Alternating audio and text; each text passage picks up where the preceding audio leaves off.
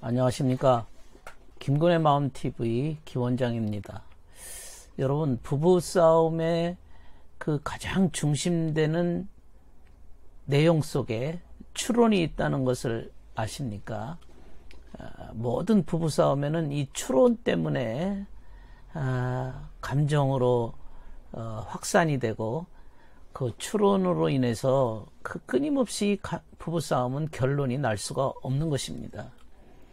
끊임없이 추론하기 때문에.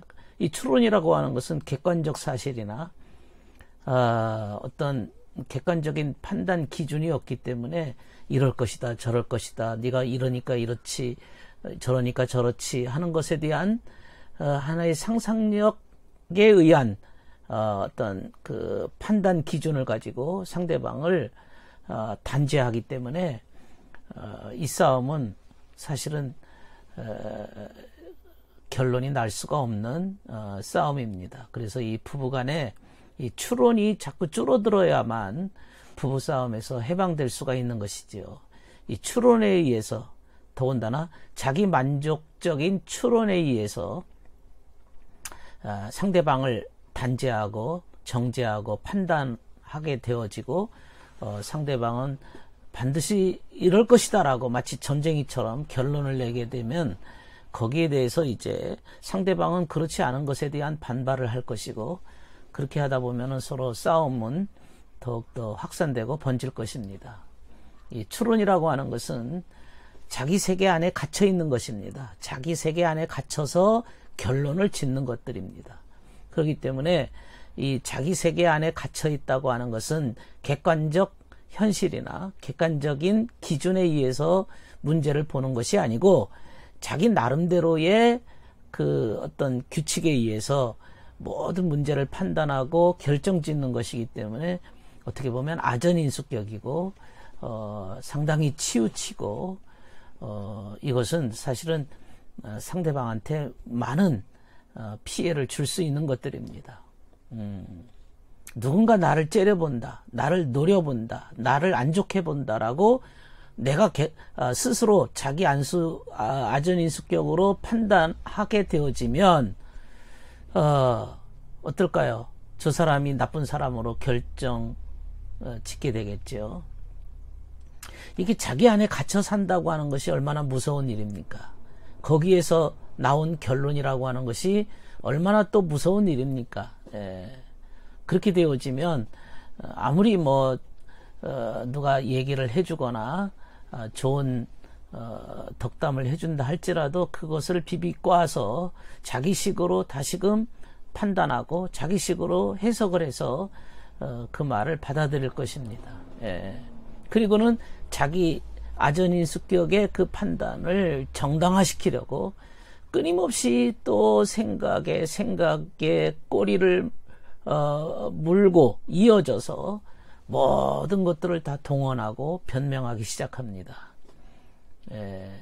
이런 추론에 의한 인생, 이런 추론에 의한 그의 생각이라고 하는 것은 결국에는 분노, 화, 과격한 행동으로 이어질 수밖에 없습니다.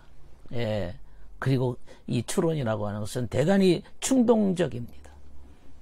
충동적입니다.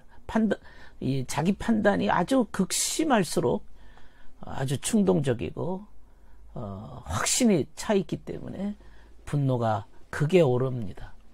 그러다 보면 실수하게 되고, 타인이 그것을 인정하지 않을 때는 과격하게 또 몸부림을 치는 것이죠.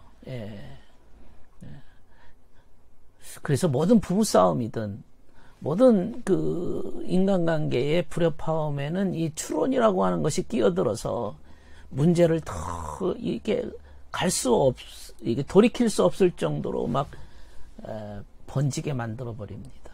네가 그랬으니 내가 이렇게 하는 것이 당연한 거야. 나는 올바르게 행동했어라고 나름의 결론을 짓는 것이죠. 네가 이렇게 했다는 것에 대한 그 이유와 그럴 수밖에 없는 그 사정을 알아보지를 않습니다. 그저 중요한 것은 자신의 정당성입니다. 당위성입니다.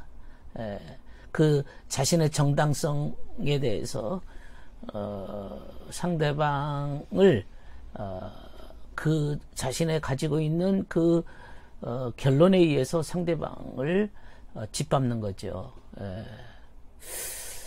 그래서 자기가 그렇게 했다고 하는 것에 대한 자신의 실수나 자신을 돌아보고 자신을 인식하는 작업이 아니라 네가 나에게 이런 원인 제공을 했기 때문에 나는 당연하게 이렇게 해도 된다라고 어떤 정당방위를 내세우는 거죠.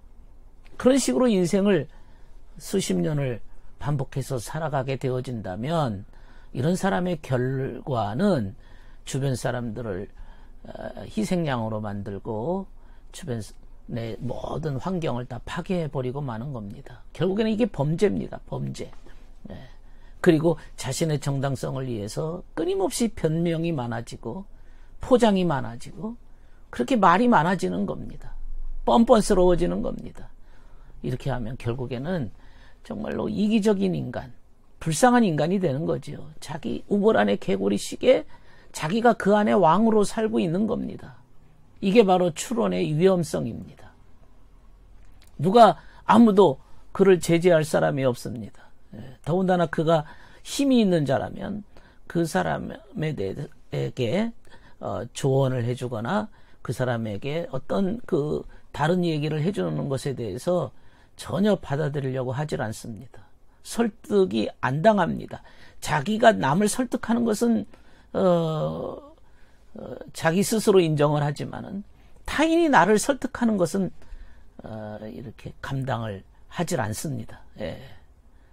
왜 이렇게 추론이 위험한가? 그것은 이 추론이라고 하는 것은 진리나 정의나 공평이나 이런 것의 기반이 아닙니다. 이것은 자기 나름대로의 사상의 기초에서 이루어진 것들이기 때문에 위험한 것이고, 두 번째는 그 거짓을 위해서 어떻게 보면 그 자기 나름대로의 생각에 의해서 모든 것을 동원하기 때문에 또 위험한 겁니다.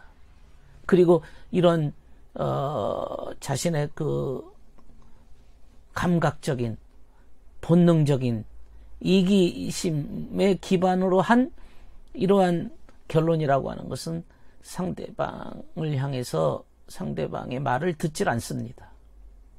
어떻게 보면 21세기 현대를 살면서 든든한 갑옷을 입고 사는 거하고 똑같다고 할 수 있습니다.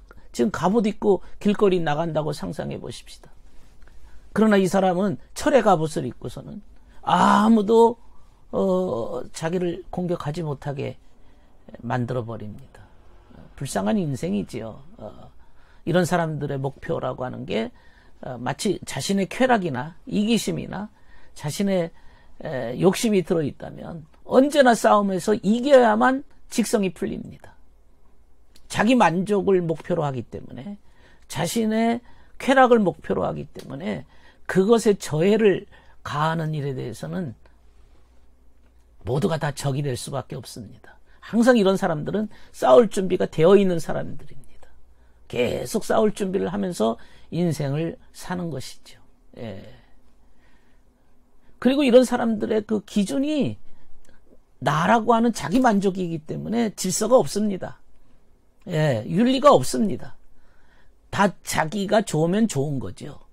자기가 옳다고 여기면 그것이 정의가 돼버리고 마는 거죠. 왜 내가 안 해야 돼? 왜 남자와 여자가 결혼해야지? 안 하고 그냥 살면 안 되는 거야? 왜 부부끼리만 관계를 해야 돼? 뭐 이런 식으로 자기 나름대로의 어떻게 보면 편견에 따라서 움직이는 거죠. 사실 성경에는 이런 사람들, 자기 만족을 목표로 살아가는 자들을 향해서 돼지라고 비유를 하고 있습니다. 돼지라는 게 탐욕의 상징물입니다. 불결하고 탐욕스럽고 욕심이 가득하고 막 어떤 음식이라도 다 먹어치우는 겁니다. 그러다가 완전히 그 음식을 죽탕으로 만들어버리는 거죠. 뒹굴뒹굴하면서 죽탕으로 만들어버리는 그러한 돼지의 그 형태를 보면서 과거의 사람들은 저 돼지 같은 놈 그렇게 말을 하는 것이죠. 이게 다 사람을 두고 하는 말입니다.